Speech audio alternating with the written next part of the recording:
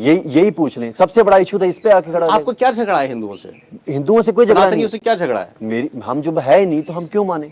मैं अगर आपको बोलूंगा मुस्लिम है, आपको गुस्सा आएगा? मैं मुसलमान नहीं हूं। नहीं है ना। मैं इंपोज करूं भी आप हैं, मैं लॉ पे लिख दूंगा मुसलमान की कोई शाखा है, आपको गुस्सा आएगा ना इस चीजों पे? नेचुरली एक टाइम आएगा जब आप इन चीजों आपको प्रोवोक करने लगेंगे। सो मैं वही कह रहा हूं, let's not define each other, let's not define कि हमारे गुरु कौन थे।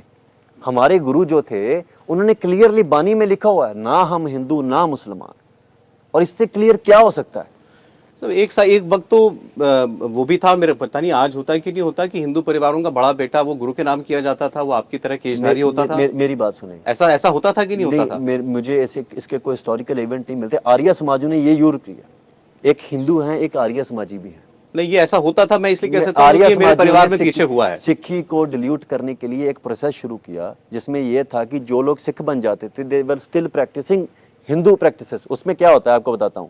अभी सिखों का एक कोड ऑफ कंडक्ट है, पूरा कोड ऑफ कंडक्ट है, ये हम लोग नहीं कर सकते, आइडल वर्शिप हम लोग नहीं कर सकते। होता क्या है कि आज भी बहुत से ऐसे सिख हैं जिनकी आइडेंटिटी की उनको कंफ्यूजन है, और वो बंदे बाद में कहते देखो हम तो ये कर रहे हैं, आपको क्यों प्रॉब्लम है? अगर मैं यही बात कर रहा हूं कि ऐसा अगर हिस्टोरिकली होता है तो वो सिखों की पोजीशन क्या है? आपको इसमें अच्छा ये आपको अखरता क्यों है? ये तो ये कुछ कहीं किसी हद तक वेलकम किया जाना चाहिए कि मैं भी ऐसे सिखों को जानता हूं जो मंदिर में भी चले जाते हैं, और एक सेकंड, बहुत सारे हिंदू और पंजाब में रहने वाले तो मुझे लगता है ज्यादातर, बल्कि सभी गुरुद्वारे में शीश नवाते हैं जाकर के। और वो उसका आंसर मैं बताता हूं आपको, ठीक है? कोड ऑफ कंडक्ट है, हिंदू का आदर भाव है, ये नहीं आदर भाव की बात नहीं है, हिंदू का एक अपना कोड ऑफ कंडक्ट है। हिंदू का कोई कोड ऑफ कंडक्ट नहीं है ना, ठीक है, वो गुरुद्वारे में जा सकते हैं। सिखों का तो है। हमें गुरु साहब कहते हैं गल पासर कैसे तरेसगा, जो आदमी बुत परस्ती करता है वो भव सागर से पार नहीं गुजर सकता। तो हमारा मंदिर में जाना प्रोहिबिटेड है। कोई सिख जाता अपनी कैपेसिटी पे जाता है, गुरु इज नॉट अलाउइंग दैट। भगत कबीर की बानी में आपने सब कुछ पढ़ा होगा, है गुरु ग्रंथ साहिब जी की बानी में सब कुछ पढ़ा होगा।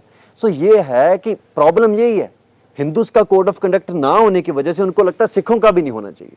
मैं कहता हूं आपको वेलकम है गुरुद्वारे में, ऐसा नहीं है कि आपको वेलकम नहीं है, लेकिन आप इसके बदले में ये उम्मीद ना रखें कि सिख मंदिर में जाएं, जहां वो मतलब वही चीजें गुरुद्वारे में करें जो मंदिर में हो रही है। यही प्रॉब्लम है। अब वेपन लेके हम गुरुद्वारे में जाते हैं, इसमें पता क्यों प्रॉब्लम होती है? गुरुद्वारे में तो वेपन ऑलरेडी पड़े हैं, बंदूकें पड़ी हुई हैं 5 तख्तों पे, 5 तख्त हैं सिखों के, और जो बंदूकें हैं और हथियार हैं उनका प्रकाश गुरु ग्रंथ साहिब जी के 2.5 फुट ऊपर होता है, हथियार को ऊपर रखा जाता है 5 तख्तों पे सिखों के। और वो क्या सिंबल है? हमारे तो गुरु गोविंद सिंह जी कहते हैं अस कृपान खंड